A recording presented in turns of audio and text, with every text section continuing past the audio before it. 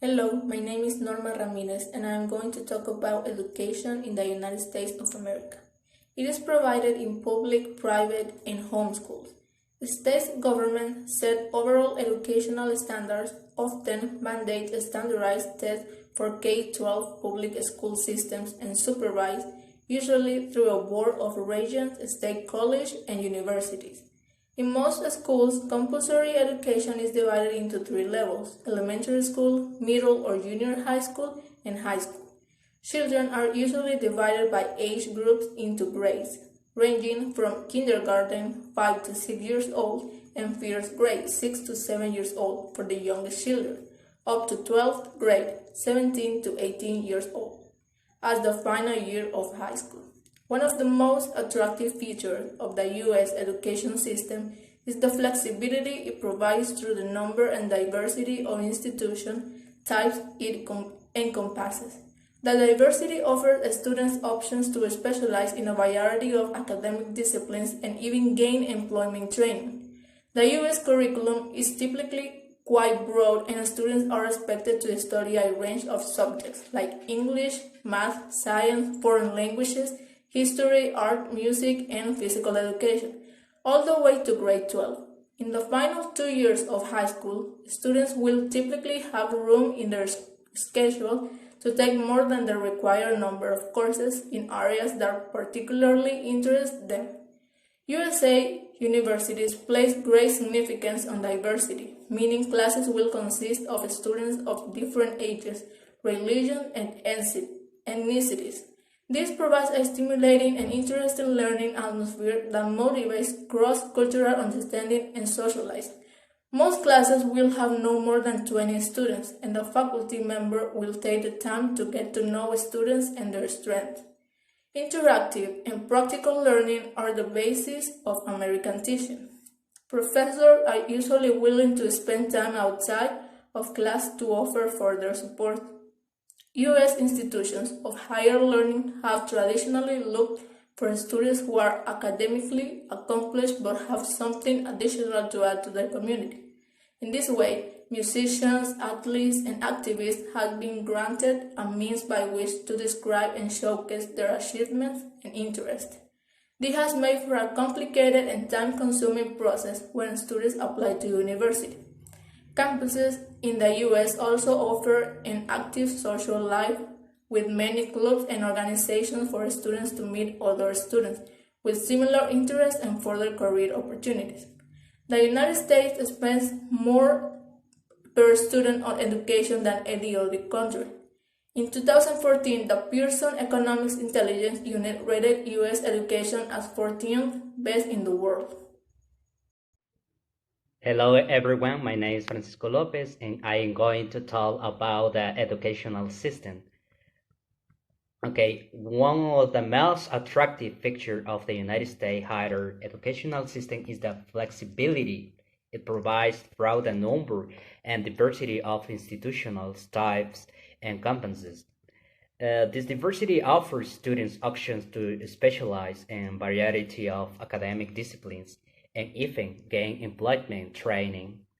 More than 4,000 accredited institutions make all United States higher educational in this country. Unlike many countries, USA higher educations are not centrally organized or managed, but are accredited on a national or regional level by independent accrediting bodies. Variety of institution types offer higher education degrees.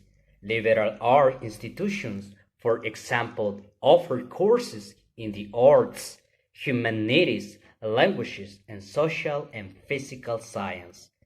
The majority of liberal arts institutions are private.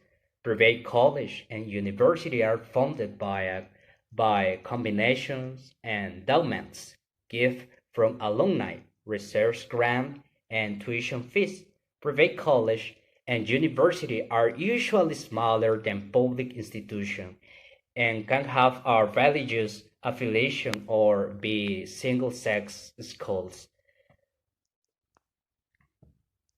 Uh, Community colleges are another option and provides two-year associate degree programs to prepare students to continue study for an undergraduate degrees or help them gain occupational skills for immediate employment. State college and university, also called public universities, were founded and subsidized by USA state governments to provide a low-cost education to residents of the states. Public universities generally offer access to research opportunities and classes in a wide variety of fields of study. These universities tend to be very large and generally acme a wider range of students than private universities. Each student interest will guide his/her choices among the many possibilities. Regardless of institution types, in the United States, students typically earn credits for courses they take, and this credit count towards the completion of a program. Courses are often divided into core subject areas to provide the foundation of the degree program, and major courses to provide specialization in a subject area. Students can also take elective courses to explore other topics of interest for a well-rounded educational experiences. Do you say the United States academic calendar typically runs from September to May and can be divided into academic terms of 16 and 18 weeks, known as semester?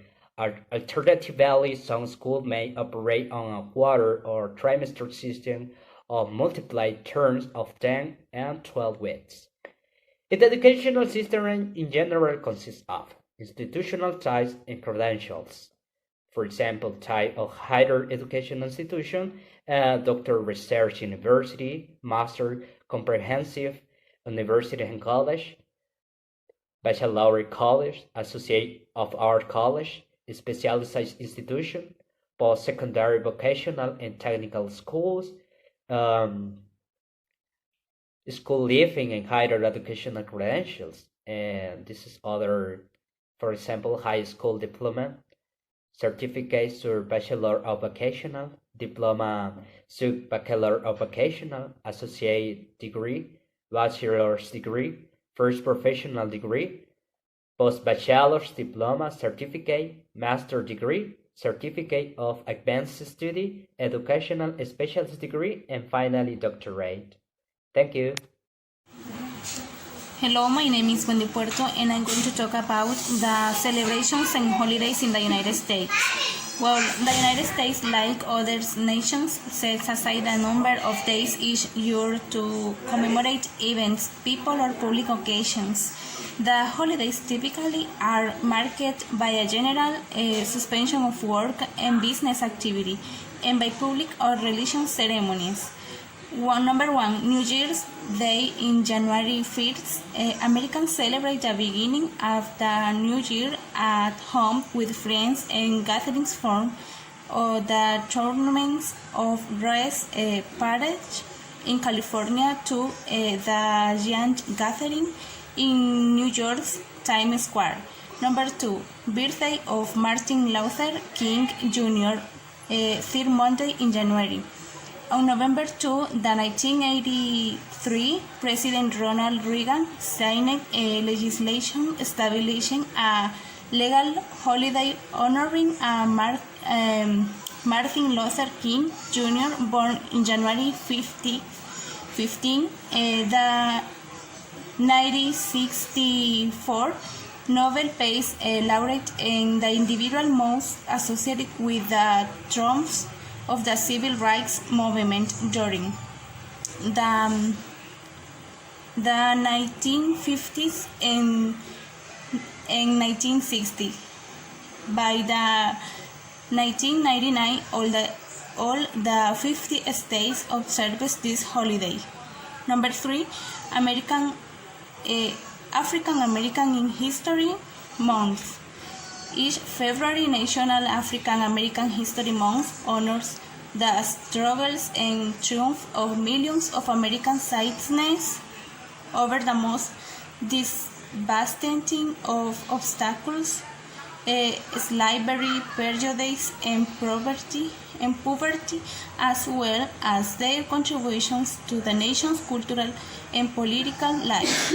Number 4, Washington's birthday, third Monday in February, the February 22 birthday of George Washington, military leader of American Revolution and first president of the United States, has been a legal holiday since 1885, as a number of states also celebrate the February 12th birthday of Abraham Lincoln.